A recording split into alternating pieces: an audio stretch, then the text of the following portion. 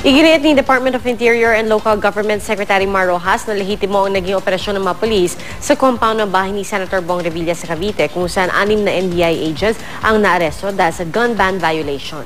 Balita natin ni Ian Cruz. Nakausap po ang anak ni Senator Bong Revilla na si Jolo sa kanilang bahay sa Bacoor, Cavite. Nagpapasalamat daw siya sa ibinigay na suporta ng Cavite sa kanyang pagtakbo para sa pagka-vice-gobernador. Pero nadidismaya siya sa umano'y nangyaring harassment.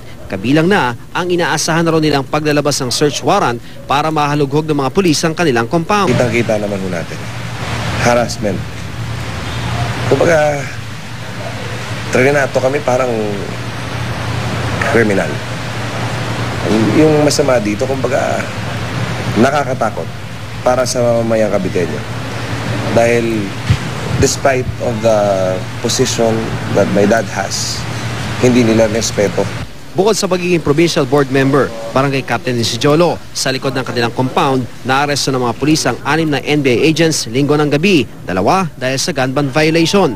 Nakuha rin sa kanilang sasakyan ang mga mahabang armas. Kaya gusto ngayon ng PNP na mapasok ng bahay ni Senador Revilla dahil may mga armadong lalaki daw na pumasok sa compound ng mga Revilla. Ang media rito, nakakaikot sila sa aming bahay, nakakapasok sa loob. Siguro naman wala kayo nakikita na kahit na isang NBI na naririto.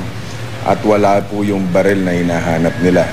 Pero ganun pa man, kung gusto nilang makita ang aking tahanan bukas po, ay huwag nyo lang kakargahan. Sabi ni Revilla, pinadala raw ng NBI Cavite ang mga naarestong agents matapos siyang humingi ng tulong dahil may mga umaaligid daw sa bahay niya noong mga nakaraang araw. Nauna nang sinabi ng PNP na nagpunta sila roon dahil may nag-report sa kanilang may mga armadong lalaki raw sa lugar. Yes, meron silang coordination sa Bacoor City Police Station, but that is purely doon sa law enforcement operations. At hindi naman specific kung ano yung tasking nila sa area. Kaya yan ang iniimbestigahan pa natin hanggang ngayon. Pero sinabi naman ni DLG Secretary Mar Rojas, lehitimo raw ang naging operasyon ng mga pulis. Ian Cruz, GMA News.